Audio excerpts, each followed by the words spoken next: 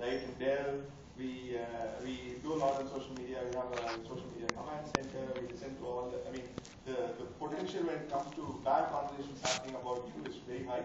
So people listen a lot, right? But it's very reactive. In addition, there's a lot of engagement going on in terms of design and a lot. So their ideation network and so on. But just coming back to startups, how do you leverage that? How are you guys building it? And then Shantanu, I'll ask you the same as well, because it's very much a referral-based thing, right? In terms of customers, or even in terms of doctors, how do you propagate it? So if you could share some insights. So the interesting thing about Zipdal is that you don't have to do any kind of user-based testing, because most of the things are in the Zipdal logs. Like the way you see the Zipdal call pattern, like you can see a lot of insights. As I was talking about, when it first started, we did something on IPL 3, and we tried to replace SMS-based voting. It did not work. We got the metrics, we figured out it doesn't work, right? We started something on World Cup soccer, and we saw the repeat user behavior, right? So you have to look at your consumer metrics very, very seriously, and like really look for data with those metrics. And there's no harder puzzle. As a founders, you have to do it, because that's going to drive your next set of products. How you are going to roll out products, how the market is going to react to you, right? So that's one interesting aspect. Second thing is we also do a lot of, like, we are trying to come up with a consumer app.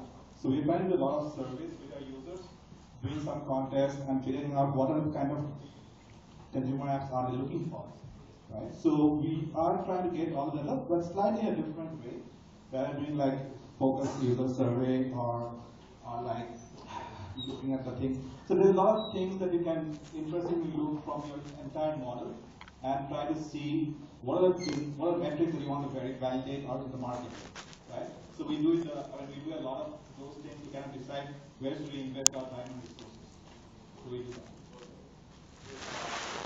In our case, one thing that we noticed was when we started off, like most other e-commerce sites, we tried to replicate something that was happening in US or the other country, and very soon we realized that it just doesn't work. A cut copy paste into India does not work, because the way people behave on a site in India is very different from the way he behaves in probably US or the Europe. And that was further validated when we checked our statistics. We compared it with 18 other countries. We realized that everything is very different in Indian e-commerce compared to all our counterparts doing the same service in other countries in Europe.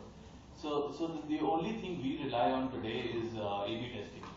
Although it's taught in classrooms, we tend to forget about it. But that's the only way to find out when you have a new product and you have no one to kind of get inspiration from. The best way to do it is make two versions, or make 4 versions, or whatever you think makes sense. Put it out to the users and ask them to kind of tell us what works. And so we started that, and since then, for everything that we make multiple versions of everyone's version of how the homepage should look, how our menu page should look. We put it out, and we see, thanks to Google, you have all this analytics. We see what is working best with the customers and continue with that and scrap it. For us, what we have noticed is the crappiest of pages that we have made, which all of us thought was not going to work, started working much better than the ones that were much better designed. So consumer is king. So it's all left on to him to decide what works for him.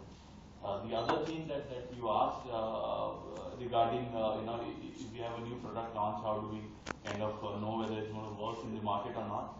We send it out to just the top 100 or the top 200 existing users of us, and we ask them to give their feedback. And fortunately, internet users in India are quite educated enough, so they go all out, either telling good things about you or telling bad things about you. And if you can hear all the good things and improve, they will appreciate you for that. So I think that works really well. A quick time check. So I think maybe what I do at this point is essentially pause the discussion there.